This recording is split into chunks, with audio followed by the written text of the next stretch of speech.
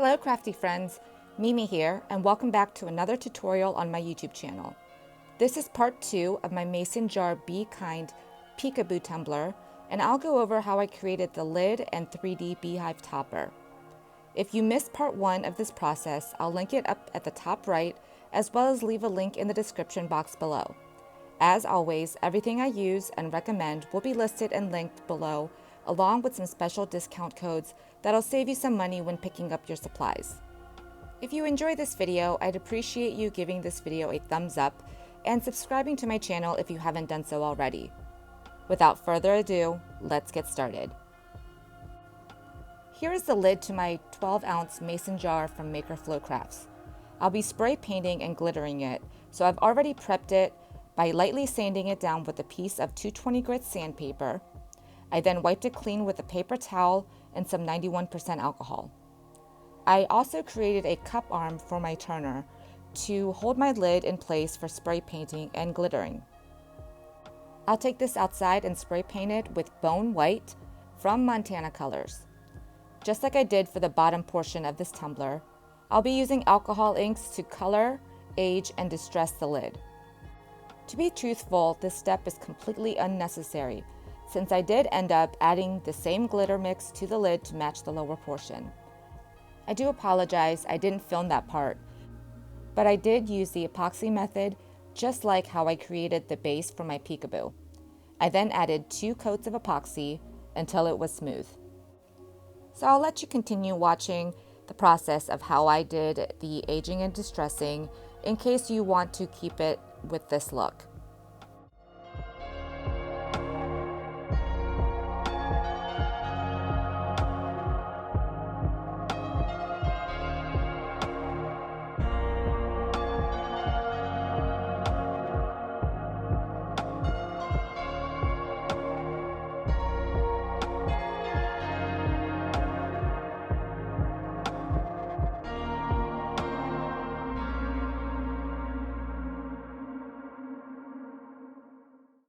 Go ahead and set it aside and we'll move on to the topper portion.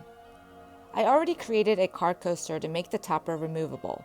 The diameter of this coaster is 2.5 inches, which fits perfectly for this lid. I used the same glitter mixture as my peekaboo, which is a mix of Squeeze the Lemon and Egyptian Lover from BJ's. I also drilled a hole right in the center for the straw to match up with the lid. You can also create the topper directly on top of the lid if you want it to be permanent.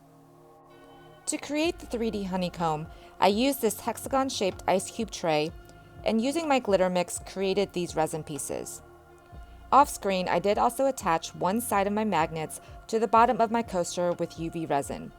If you plan on recreating this lid and topper, make sure to use really strong magnets to ensure they can hold the weight of the beehive.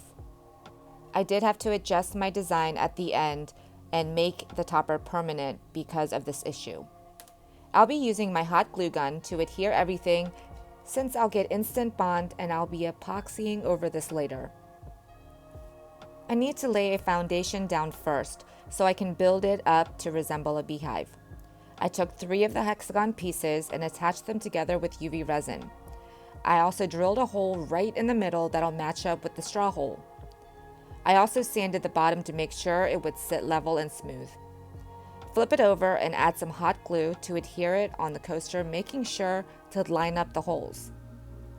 This was as much pre-planning I did in creating this topper. You'll see me playing around with placement to see how I wanted to build this honeycomb up. I somewhat puzzle pieced the second row, making sure to avoid covering up the straw hole. And here is a pro tip for you. You can always lightly heat up any areas that you want to remove or change with your heat gun, and it'll pop right off. You'll see in a second that after I build up my second row, I decided to adhere the hexagons more vertically. It's very difficult to get a symmetrical look, so just use your best judgment and place the hexagons in a circular pattern, making sure to not cover up any portion near the straw hole. If you need to, you can also cut these resin pieces in half and place them towards the inside, where it'll be hidden to support the vertical pieces. This process is all trial and error, and there's really no right or wrong way to do this, so just experiment and have fun. I also used a whole bunch of hot glue to hold them in place. I apologize for going in and out of frame a few times, but hopefully watching my process will give you some inspiration. I'll go ahead and bring you in closer to see how I put this together a little better, and then I'll be back with you in a bit.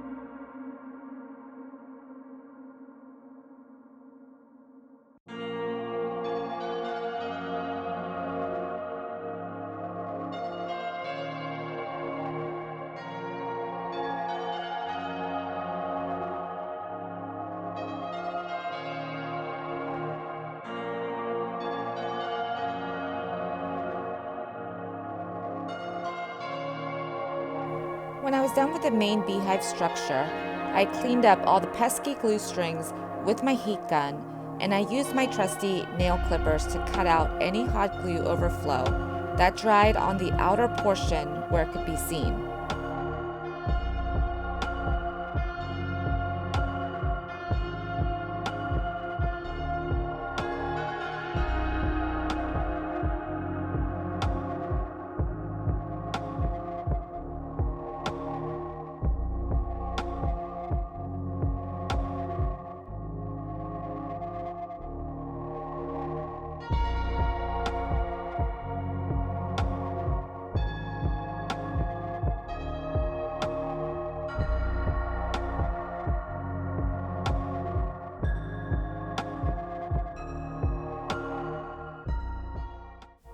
Once I was done with all the cleanup, I still felt like it was missing something.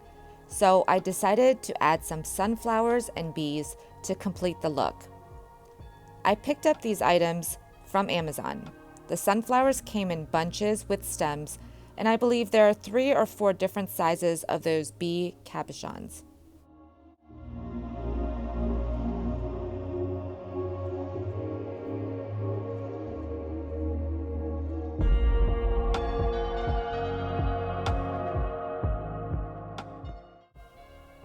Go ahead and add the bees and sunflowers until you're happy with the look and balance. I tend to add embellishments in odd numbers, but it's totally personal preference.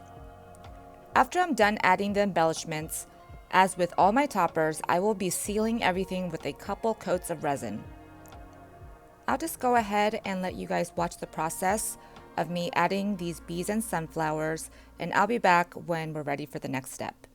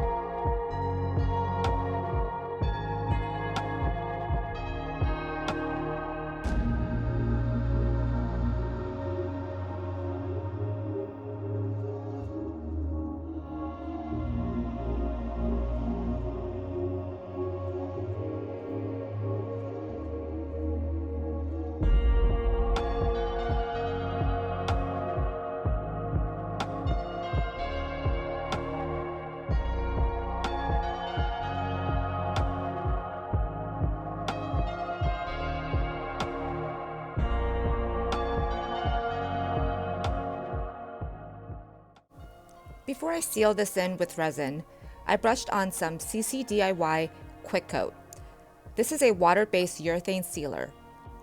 I did go ahead and transfer mine into a squeeze bottle to make it easier for me to use, but you can also use Minwax polyacrylic or even a clear spray sealer.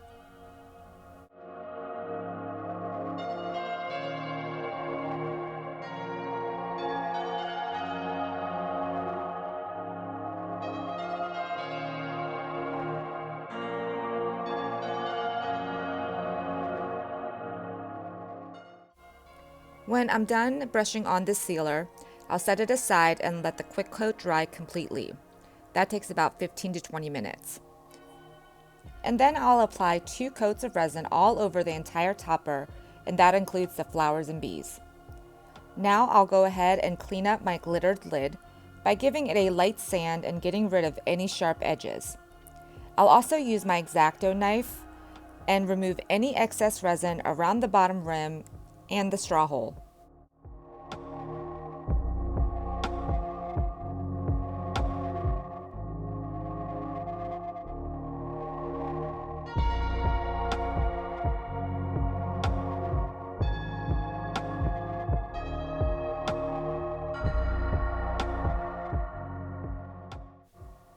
After 2 coats of resin, this is what my topper looks like.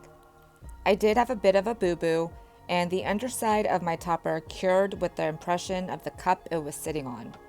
Off screen, I sanded it smooth and then added some UV resin to seal it in again. We'll need to attach the other ends of the magnets to the top of the lid. Remember, you'll need to use stronger magnets than I did. I'll stick the second set of magnets onto the bottom of my topper and dry fit it onto the lid. The bottom wasn't quite level, so I pulled the magnets off and used my 220 grit sandpaper to even it out.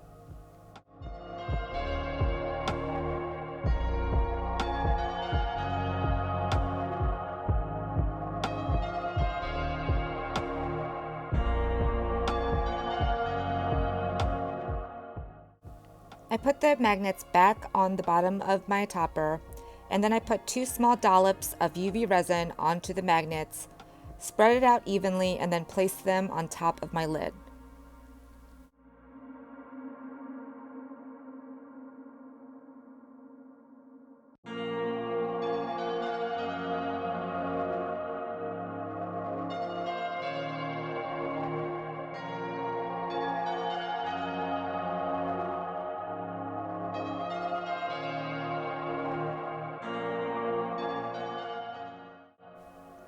Press the topper firmly onto the lid and then lift off the topper to leave behind the opposing side onto the lid. Even if it doesn't transfer completely, it'll be easy to see where to place them since the UV resin would have made an impression on top of the lid. I'll use my nail lamp to quickly cure them into place, and then that is it. Just make sure that your magnets are on there firmly and your topper is done.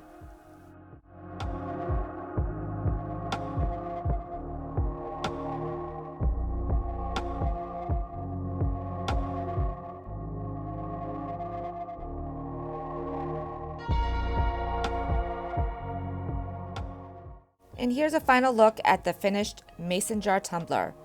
Although it was a lot of work, I love the way it came out and I hope you do too. Please let me know if you have any questions. Make sure to check out my description box for all the info, including where to find me on social media. Thank you so much for watching and joining me, and until next time, bye.